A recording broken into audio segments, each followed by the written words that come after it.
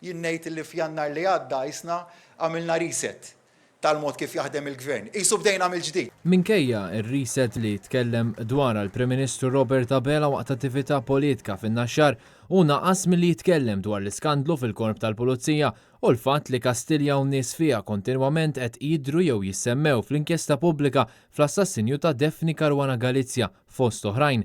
Madankollu tkellem dwar il-bejħ tal-isptarijiet ta' Malta lil Stewart Healthcare. U jien kien ikun faċli għalija forsi stajt inkun iktar persuna populista. U ngħid jiena qatt ma kont involut ħa noħorġu minn dawn id-deals u nimxu l quddiem.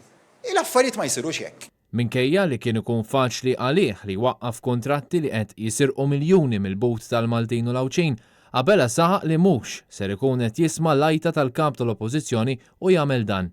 Qed nerġa' nisma' l-messaġġ tiegħu ħassru d-dil tal-isptarijiet, waqqgħu kisru farku. Jien aħna naħdmu b'mod differenti. Aħna nafu li hemm din il-kwistjoni qed nirreferi għall kwistjoni ta' Stewart li għandhom imexxu uħud mill-isptarijiet f'pajjiżna. Minkejja l-intefqu miljuni, sissa jidher ċar li ma sar l-ebda investiment kif jiġdu filmati u ritratti tal-Isptar St. Luke's żvelati fl-aħħar ġimgħat iżda skont il-mexxej Laburista dawn il-kuntratti għandhom jibqgħu għax skontu sar ħafna tajjeb.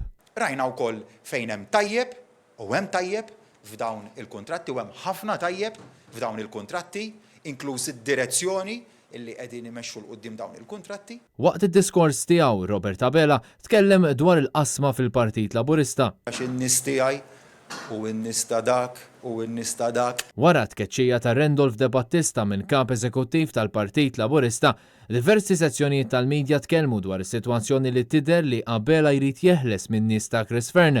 Dwar dan, il-Prim Ministru tbissem. U għalhekk illi jiena nitbissem meta din il-ġimgħa rajt f'xi sezzjoni tal-medja u qed narġa' naqra dalgħodu illi tkeċċa Rendolph De Battista. F'istqarrija, il-Partit Nazzjonalista qal li Robert Abela qed jinjora l-falliment tal-gvern tiegħu fl-ambjent u s-separazzjoni tal-iskart. Tifhem ir-realtà li għandna kif semma tajjeb Aron ta' skart tal-mod kif se nindirizzaw il-problema. Robert Abela prova jgħid il-falliment tal-gvern tiegħu wara li ġie żvelat kif l-iskart mhux vera qiegħed jiġi separat minkejja l-kampanja ta' miljuni bi flus tal-poplu sorted out. Sallum soluzzjoni għal problema tagħhom qatt m'għandniex. Wara 6 snin ta' negliġenza totali f'dan is-settur, issa l-Gvern Laburista jinsab f'paniku biex isib soluzzjoni għal problema li ġabu stess. Dan qed iwassal biex ikunu l-bdiewa li jħallsu l-falliment tal-Gvern meta jrid li joħdilhom ir-raba biex ikabbar il-landfill tal-Matab.